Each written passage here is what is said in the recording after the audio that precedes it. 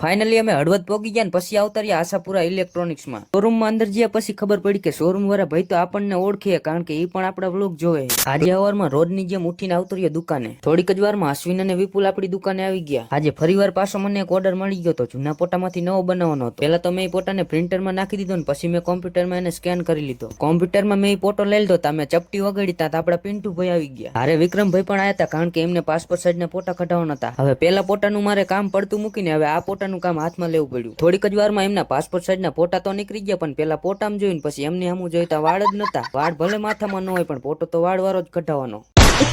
હવે હું પોટા કાપતો એટલી વાર મેં પિન્ટુભાઈને કામે લગાડી દીધા, કારણ કે બીજા ગ્રાહક આવે એને પણ આપણે સાચવવા પડે. હવે મારે કાનજીભાઈ હારે જવાનું હતું હળવદ, એટલે નાઈન થઈ ગયો તૈયાર ને પછી આવતો રહ્યો દુકાને. લાગુ છું ને એકદમ બાબલા જેવો. પછી હું ને કાનજીભાઈ બાઇક લઈને થઈ ગયા હાલતા હળવદ બાજુ.